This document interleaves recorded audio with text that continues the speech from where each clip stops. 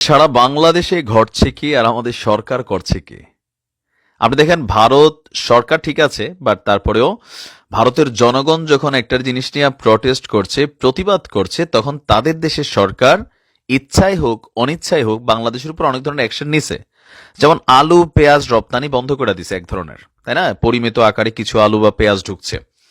বিভিন্ন জায়গায় হাসপাতালগুলো বন্ধ করে দেওয়া হয়েছে বাংলাদেশিদের চিকিৎসার জন্য। আবাসিক হোটেলগুলোতে মানুষদেরকে জায়গা দেওয়া হচ্ছে না। সেইখানে বাংলাদেশিদের দেখলে রাস্তায় মারধর করা হচ্ছে। এই যখন অবস্থা, এই টান টান উত্তেজনার মধ্যে সরকার যখন বলছে ভারত এরকম এরকম সেরকম, কিন্তু তলে তলে এখন যে কাজটা হলো, এটা কেন হইলো? এটা কি এখন করা খুবই জরুরি ছিল? এটার জন্য সরকারের কোন সেক্টর আসলে জবাবদিহিতা করবে? দর্শক, যখন ভারত এবং বাংলাদেশের মধ্যে একটা অস্থির সময় চলছে, এর মাঝখানেই আপনার বাংলাদেশ থেকে ভারতে গেছে 105 মেট্রিক টন মাছ। এই মাছটা এখন কেন গেল? আমার প্রশ্ন হচ্ছে এই জায়গাটাতে। আমরা তথ্য দেখছি, দ্য ডেইলি ক্যাম্পাস বলছে প্রতি কেজি মাছের দাম $2.5 অর্থাৎ 300 টাকা, যা 3 কোটি টাকারও বেশি। এছাড়া রপ্তানি হয়েছে শুটকি। তবে কোন ধরনের পণ্য আমদানি করা হয়নি। এদিকে আগরতলা ইন্টিগ্রেটেড চেকপোস্টের সামনের সড়কে আড়াআড়িভাবে বাঁশের বেড়া দেওয়া হয়, যাত্রী চলাচল ব্যাঘাত ঘটছে। আর মঙ্গলবার সকালে, মানে গতকালকে সকালে, ভারত থেকে আসা একাধিক যাত্রী বলছে যে ভারতে বাংলাদেশিদের দেখলে পুলিশ থেকে শুরু করে আমজনতা কোন ধরনের ব্যবহার করছে। বাংলাদেশ চলো কর্মসূচি আটকাতে ভারতে যে বেড়া দেওয়া হয়েছে, তো সেখানে তাদের দেশের পুলিশ, বিএসএফ যারা সীমান্তবর্তী অবস্থানে আছেন, তারা যথেষ্ট পজিটিভলি কাজ করছে, এটা আমরা স্বীকার করতে হবে। কিন্তু রাষ্ট্রীয়ভাবে এই মুহূর্তে ভারতের সাথে বাংলাদেশের এই মাছ দেওয়াটা, এটা আমার আসলে পছন্দ হয় নাই। আবার হতে পারে যে না, এটা হয়তো স্পেশাল কোনো ডিমান্ড ছিল। কিন্তু ভারতে এই মুহূর্তে যা করছে, তাদের দেশের মন্ত্রীরা, তাদের দেশের এমপিরা, ক্ষমতাসীন দলের সংসদরা, তারা যেই ভাষায় বাংলাদেশ নিয়ে কথা বলছে, তাদের দেশের মানুষদেরকেও তারা উস্কিয়ে যেই ভূমিকা নিয়ে আসছে, সেই ক্ষেত্রে আমাদেরও মাঝে মাঝে দরকার একটু শক্ত হওয়া। সার্বিক পরিস্থিতি বিবেচনায় নিরাপত্তাজনিত কারণে ত্রিপুরার আগরতলায় অবস্থিত বাংলাদেশের যে সহকারী হাইকমিশন আছে, ভিসা এবং কনসুলার সেবা বন্ধ রাখার মতন পরিস্থিতি সেখানে হয়েছে। কারণ 2রা ডিসেম্বর হামলার শিকার হয়েছে বাংলাদেশি সহকারী হাইকমিশনের অফিস, আর ভারত থেকে দুঃখ প্রকাশ করা হয়েছে।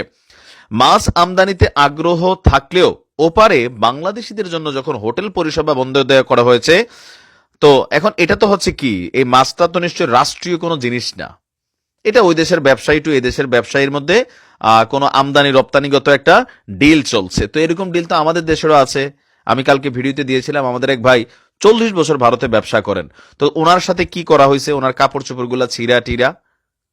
একটা যদি হয়তো রাষ্ট্রীয় ইস্যু ভারতের সাথে, যে না এখানে এটা করার সুযোগ নাই, ভারতও অনেক কিছুতে রাষ্ট্রীয় ইস্যুতে এখনো বাংলাদেশের সাথে স্বাভাবিক সম্পর্ক লেনদেন বজায় রাখছে।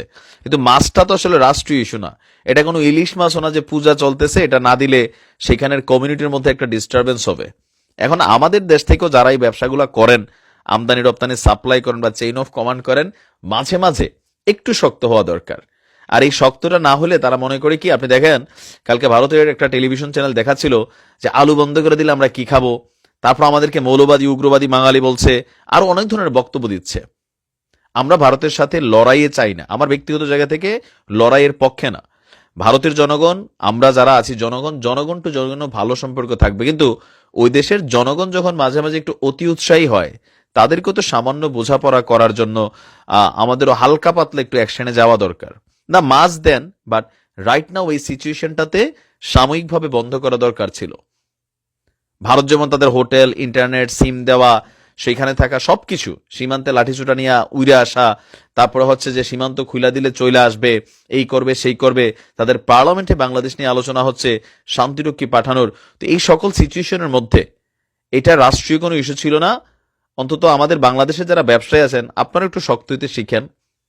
আমরা চাই দুই দেশের মধ্যে সমাধান হোক, বাট সুন্দরভাবে। আমার দেশের পতাকা ভারত যেন অপমান না করে, ভারতের পতাকাও যেন আমার দেশে অপমানিত না হয়। কারণ একটা পতাকা কোনো একটা গোষ্ঠীর না, একটা রাষ্ট্রের জনগণের। বাংলাদেশের পতাকাটা এটা সারা বাংলাদেশের মানুষের, ভারতের পতাকাটা তাদের দেশে থাকে 147 কোটি মানুষের। সো এখানে কোনো দেশকেই অন্যদের জন্য অপমান না করে, কটূক্তি না করে, এগুলা খেয়াল রাখতে হবে। তবে এই খেলাগুলা ভারত আগে শুরু করছে। সো আমাদের দিক থেকেও হালকা পাতলা জবাবের দরকার আছে। এখন এটা কি সরকার দিল নাকি কোনো ব্যবসায়িক গোষ্ঠী দিল, এটা আমি জানি না যে এটা আসলে কোন সিস্টেমে গেল। বাট এই বিষয়টা চাইলে একটু আটকানো যেত, দরকার ছিল। ভালো থাকুন।